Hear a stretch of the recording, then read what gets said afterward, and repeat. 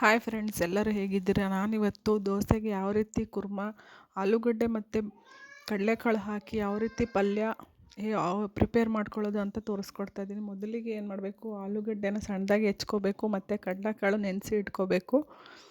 Next ಮಸಾಲೆಗೆ ಕೊತ್ತಂಬರಿ ಸೊಪ್ಪು, ಕೊಬ್ಬರಿ, ಈರುಳ್ಳಿ, ಟೊಮೊಟೊ, ಬೆಳ್ಳುಳ್ಳಿ, ಹಸಿಶುಂಠಿ, ಚಕ್ಕೆ, ಲವಂಗ, ಏಲಕ್ಕಿ ಇವಿಷ್ಟನ್ನು ಮಿಕ್ಸಿ ಮಾಡಿ ಇಟ್ಕೋಬೇಕು. ನೆಕ್ಸ್ಟು ಟೊಮೆಟೊ ಒಂಚೂರು, ಈರುಳ್ಳಿ ಒಂಚೂರು ಕಟ್ ಮಾಡಿ ಇಟ್ಕೋಬೇಕು, ಅದು ಒಗ್ಗರಣೆ ಹಾಕೋದಕ್ಕೋಸ್ಕರ. ನೆಕ್ಸ್ಟು ಮಿಕ್ಸಿ ಜಾರಲ್ಲಿ ಇದೆಷ್ಟು ತೋರಿಸಿರೋಂಥ ಮಸಾಲೆ ಪದಾರ್ಥಗಳನ್ನೆಲ್ಲ ಹಾಕಿ ಅದಕ್ಕೆ ಮಿಕ್ಸಿ ಮಾಡಬೇಕು.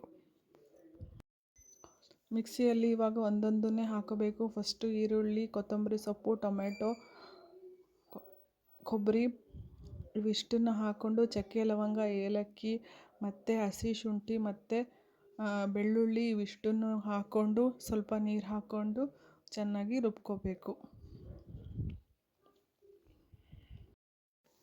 ಇವಿಷ್ಟನ್ನು ಹಾಕಿ ನುಣ್ಣಗೆ ರುಬ್ಕೋಬೇಕು. ಸ್ವಲ್ಪ ನೀರು ಹಾಕ್ಕೊಂಡು ರುಬ್ಕೊಂಡಾದಮೇಲೆ ಈ ಥರ ಮಸಾಲೆ ರೆಡಿ ಆಗುತ್ತೆ ನಿಮಗೆ.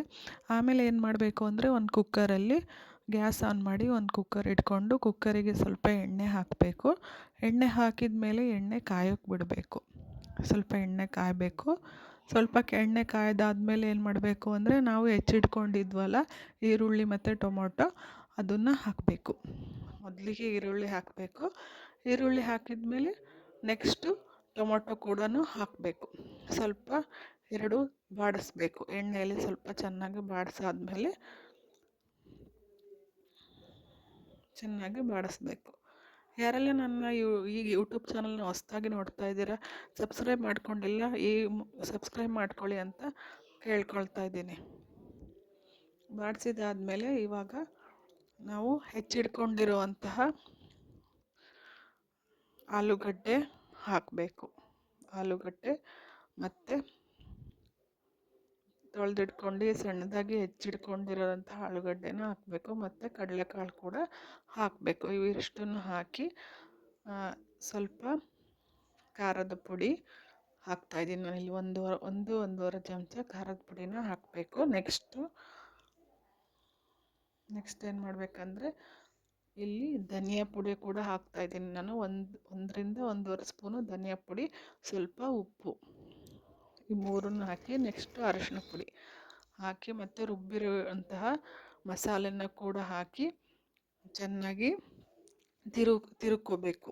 ಕುಕ್ಕರ್ನಲ್ಲಿ ಕ್ಲೀನಾಗಿ ನೀರು ಹಾಕ್ಕೊಂಡು ಕ್ಲೀನಾಗಿ ಕೈ ಆಡಿಸ್ಬೇಕು. ಆಮೇಲೆ ಇದಕ್ಕೆ ಎಷ್ಟು ನೀರು ಬೇಕಾಗುತ್ತೋ ಅಷ್ಟು ನೋಡಿಕೊಂಡು, ಥಿಕ್ನೆಸ್ಸು ಎಷ್ಟು ನಿಮಗೆ ಬೇಕು, ಗಟ್ಟಿ ಬೇಕಂದರೆ ಗಟ್ಟಿ, ತೆಳ್ಳಗೆ ಬೇಕು ಅಂದರೆ ತೆಳ್ಳಗೆ ನೋಡಿಕೊಂಡು ನೀರು ಹಾಕ್ಕೋಬೇಕು. ನೀರು ಹಾಕ್ಕೊಂಡು ಕುಕ್ಕರ್ ಇದು ಕ್ಲೋಸ್ ಮಾಡಿ 2ರಿಂದ 3 ವಿಷಲ್ ಮಾಡಿಸ್ಕೋಬೇಕು.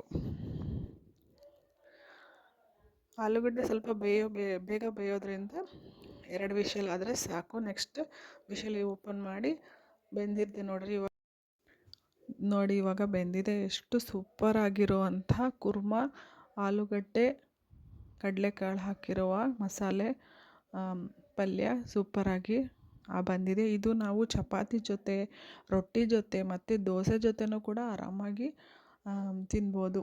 ತುಂಬ ಸೂಪರ್ ಆ್ಯಂಡ್ ಟೇಸ್ಟಿಯಾಗಿರುತ್ತೆ. ಒಂದ್ಸಲ ಟ್ರೈ ಮಾಡಿ. ಯಾರೆಲ್ಲ ನನ್ನ ಯೂಟ್ಯೂಬ್ ಚಾನಲ್ನ ಸಬ್ಸ್ಕ್ರೈಬ್ ಮಾಡ್ಕೊಂಡಿಲ್ಲ, ಸಬ್ಸ್ಕ್ರೈಬ್ ಮಾಡ್ಕೊಳ್ಳಿ ಅಂತ ಹೇಳ್ತಾ ಇದ್ದೀನಿ. Thank you.